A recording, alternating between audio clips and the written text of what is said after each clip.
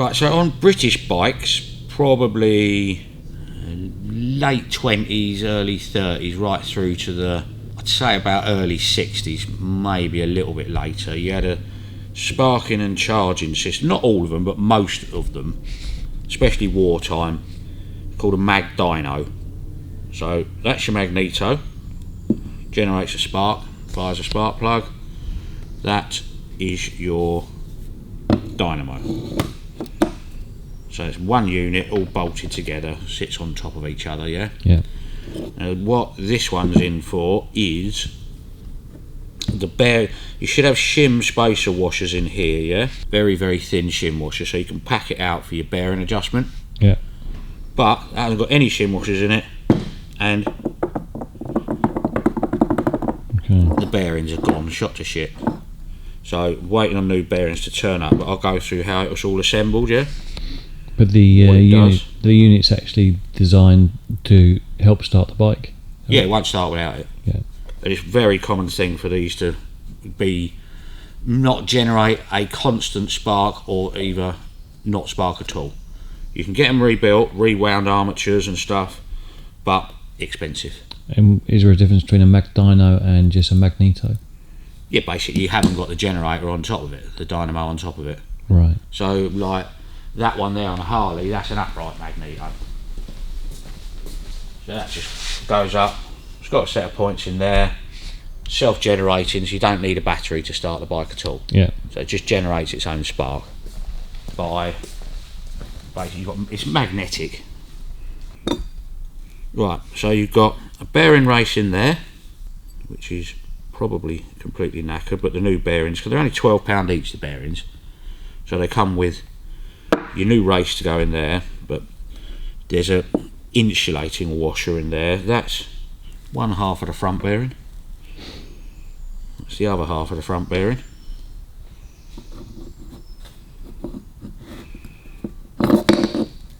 So that's what you call your armature, yeah? Yeah. So you've got a magnet in there, and as that spins, it generates electricity. Right. Which then transfers, you have that brass bit there in between your baker lights. Alright. That's called your slip ring. That, I'll show you when it goes back together, it's easier. But basically those bearings are shot to pieces. So we've got to get new bearings, which Dan hopefully is bringing down to us. So we'll just nip that back in.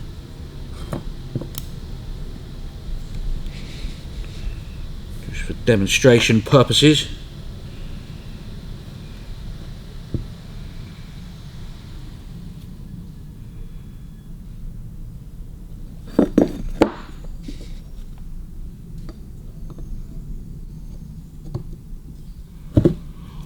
Put a couple of bolts on it just to hold it.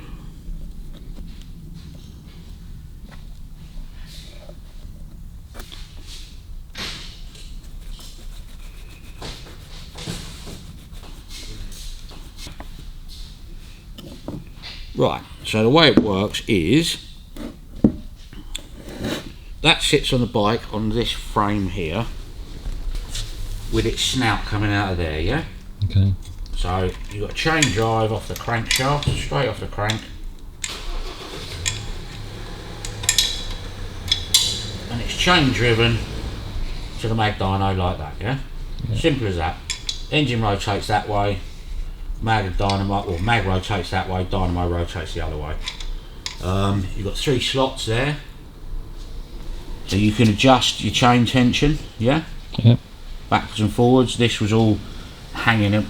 I'm amazed it even ran, to be perfectly honest with you. So to drive the dynamo off the top of it, yeah, so you've got that piece there, you've got this piece, that slots down on there, just won't do it tight.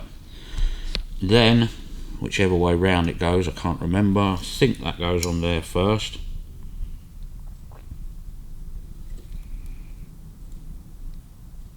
No, it must be the other way up. anyway, that's in principle how it works. And then you have, this is just what they call a tensioning ring, like a clutch. Okay. So if anything, this is Bakelite. Okay, metal gear on the end of that, on the dynamo, and this just have a spring washer like that, a lock washer, and then your nut goes on when it's all assembled properly. Yeah. Yeah. And that bit like a cush drive on a motorbike. You know, you get the big spring on the front of the drive or in the hub. Okay. It's that's to take up just that little bit of, if anything jams, it will just give. You know. So that is driven by your cog, which goes on there, yeah? So that rotates that way with the engine rotation. That fits in there.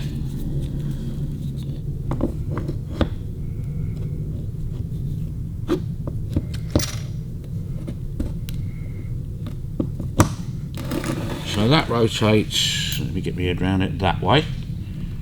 But obviously, because it's a toothed drive, your generator rotates that way. Yeah. And that causes, that's your charging system, just put charge back into it.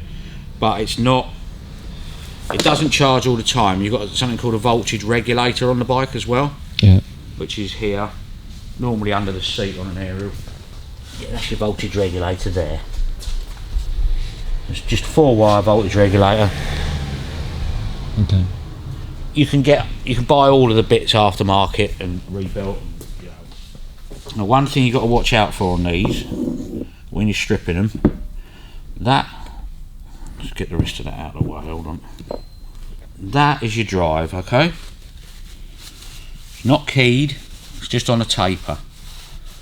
So that's how you adjust your timing. You hold your points on the other end, I'll show you those in a minute, and you just line that up where you want it, set your timing, bang, tap it on, and then do your nut up. Okay. Just give it a light tap. Now, getting these off, as you can see by the state of that cover, dented and bashed in. Yeah. So that just sits on there on 4 screws. That fits on that taper, and they go on quite tight. What a lot of people do is to try and get this off, levering it. Yeah. So all you're going to do is bugger that cover up or snap the inside cover of your timing chain drive, yeah? Okay. So you have to get the right puller.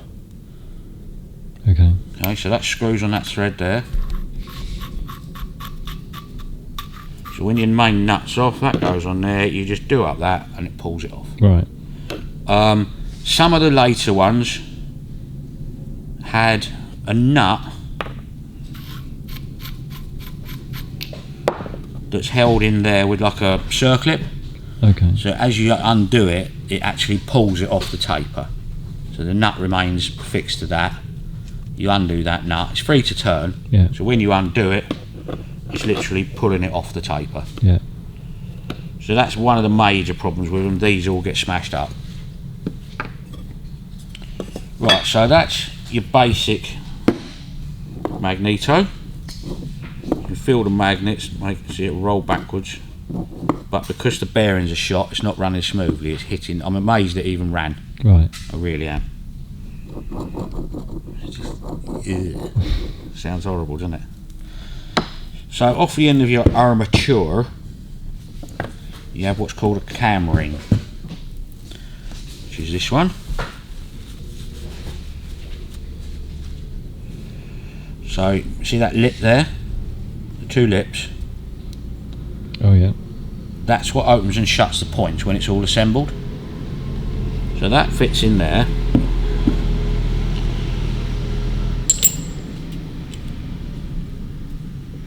Can only go in one way. So that's that. That just sits in there. Holds the cam ring in place.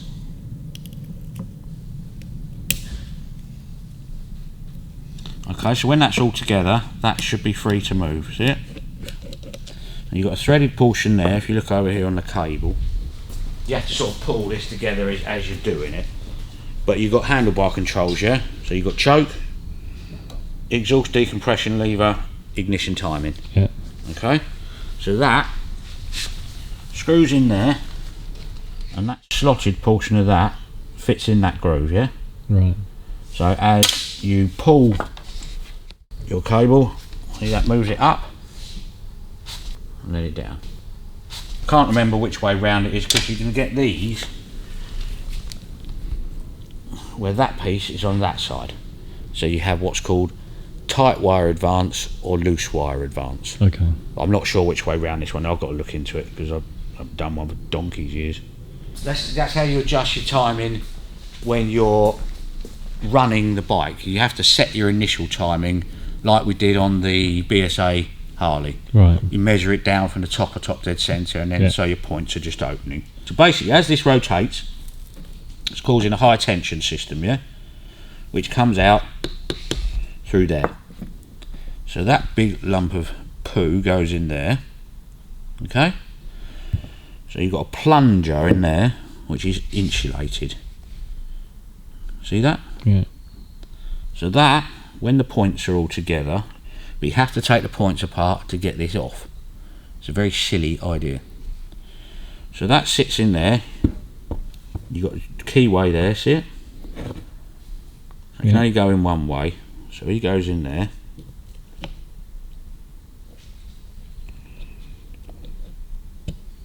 That's nice and snug. And you have that one goes in there with a little lock tab on it.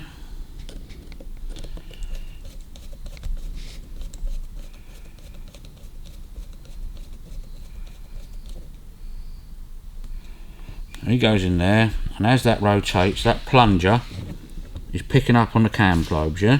Okay. On the flats. So that's point shut. And that's pushed them open. So let's put the points back in. It's a lot of complicated shit when you could just have a battery and a set of points. Yeah. Basically. What's the benefit of this apart from not having to have a battery? It's just the way things were done back in the day. All right. Yeah. The battery technology wasn't there, the charging technology wasn't there. This was a given that you know it's going to work, you know, if it's all in reasonable condition. And the other thing, if you're taking one of these apart, stripping it down completely, always, if you can, leave the armature in it or put a big G-clamp across the magnets. It stops the magnets demagnetizing. Right, okay. Especially if you're going to leave it for quite a while.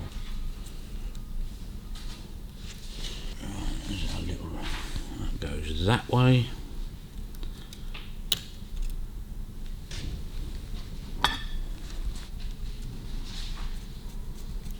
Right, so these, when you put the points in, after you've done up your centre nut, okay, that can move left and right. So you've got to try and line them up, get them fairly square to the base points, yeah? Okay. So that's, see that there? Got a little tiny nut, and that one, which is the base of your points. So if I pull that offline, see that's the base of the points, and that's your leaf of the points. Okay. Okay, so you line those up. Just do that one up. Sorry. Okay. So you want, these are set 10 to 12 thousandths of an inch, the points gap. So that's 10 thou. Can you see that very slight gap in there between the two parts of the points? So the points gap is too tight on this, but it's been apart, so it probably will be. Okay. And because you've got end float, because the bearings are knackered, the points, you'll never set the points and get them right. Yeah. What was happening, it was idling and then dying, and so when you come round, look, you go to there, so you're off the cam lobe on the plate, so they're shut. You bring it round there. Yeah, it's just end. See, I can make that bigger. See me pulling the end of the magneto? That gets him bigger. Yeah. So that's because he couldn't get it to idle. You'll never ever get it to run right because he's going all over the place. So basically, as that rotates, it goes that way. Okay, that's your low tension side of things. Yeah. That then generates within the armature a high tension side. Yeah. Okay, so that is your brush pickup. Goes on. Remember that slip ring I showed you? Yeah. So that is carbon, goes through to your brass plate in there. Dan lost the washer and made another one, which is crap. I've got some of those. So you need to clean the slip ring. Yeah. With the bikes, if the magneto is still on the bike, get a Q-tip, don't put petrol on it, put some carb cleaner or something, and just rotate the bike round and clean the slip ring in there. So if you look at it, see how dirty? That should be clean brass. Clean all of that up, and you've got another slip ring in there, which is what's called your earth pickup. Which is just that one. So that's metal, as opposed to that being Bakelite. So that's Bakelite, the outside body. High tension spark goes through there, comes into that metal pickup there. So that's all insulated. Yeah. This one is another carbon ring. All needs cleaning. Could do with a new one of them realistically, but we'll give it all a clean out. And that has continuity between there and there. Right. Okay, so that's your earth slip ring pickup. Okay. And then that one just sits in there. Where's the two screws? That one. Mustn't over tighten these. You crack this. Once that's cracked, it's at it. It will never spark right. They're quite fiddly little things. Lots of little component parts, isn't there? Yeah.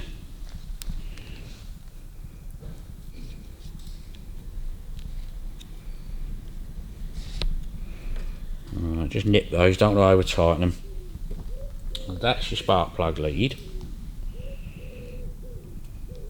And what it should have in my box of crap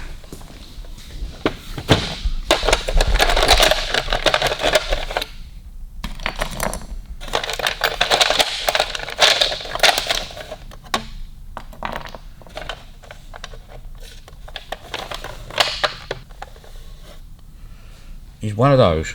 That's the correct washer. That is broken. That should just have a nice flat end on it to compress the washer down. Okay. But it's broken, so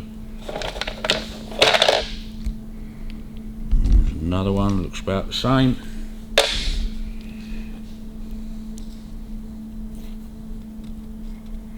Twist him up so it's nice and thin.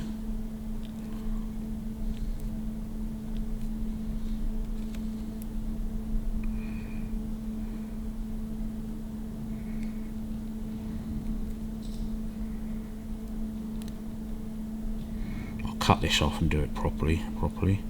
So that sits in there, then you just fan out the edges of your HT wire, yeah? Okay? Hasn't got to be pretty. And you shove that in the hole, so you know that when that cap goes down onto it,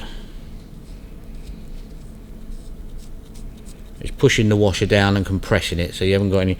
And what a lot of people do with these, when they put them in, is cover everything in there with Vaseline.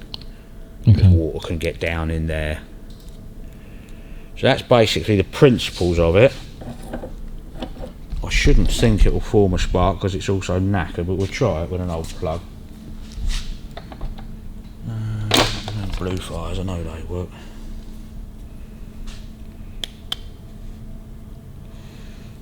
Hold on a minute.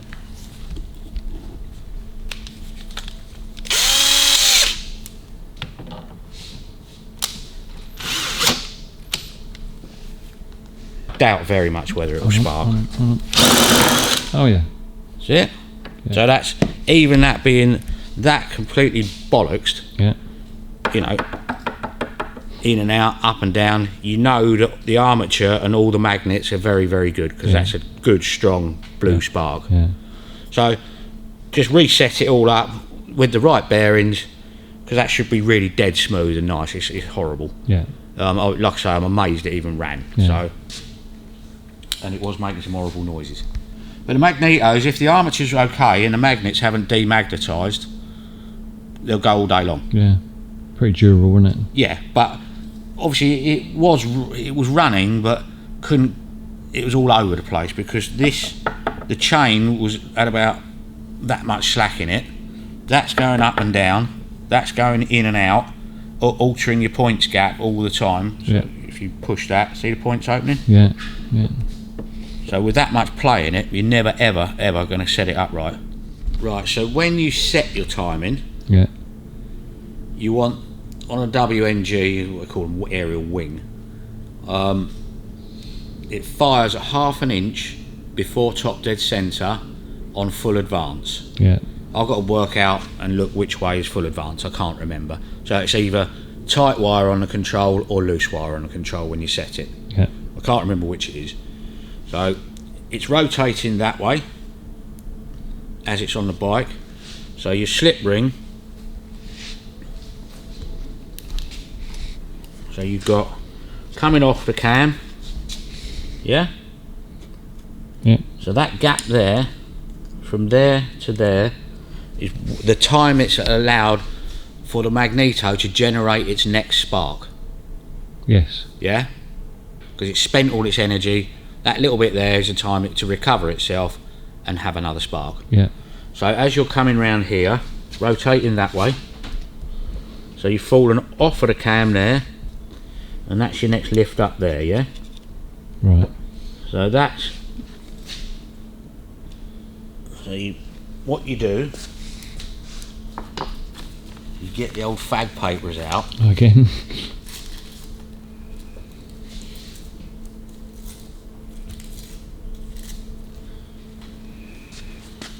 So you come on so the points are open, put your fag paper in, rotate it round. So fag, that's tight, So you set at 1/2 inch before top dead centre on the compression stroke, You've adjusted your lever to whichever way full advance is. I can't remember, I've got to look into it. So then you then rotate that there, so your points are just opening.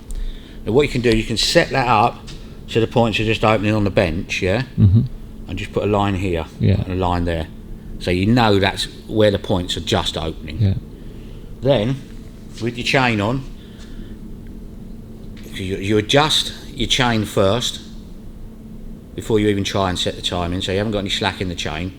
This isn't now doing that and that. Then you put that on there whilst holding that, and you hit that with a hammer. Then whilst holding that, you do that nut up. So as you can see, you probably end up doing it about 10 times before you get it right. But you have got a fair bit of leeway on the lever control, but it's much better to get it right. So they're an absolute ball ache to do, because you're trying to hold that, you're leaning over the bike, you're trying to hit that, you're trying to do that up, you can't over tighten that because you'll end up moving that. It's 3 pairs of hands. It's fun and games. People who've owned these bikes for years and years and years, it's easy, you just do this, do that, do that. But they've probably got a knack where you give it 1/4 inch of slack back the other way, so when you tighten that, it brings it back into line, and you just got to play around with it till you get it bang on. Because one of these old British 350 single should just literally go first kick.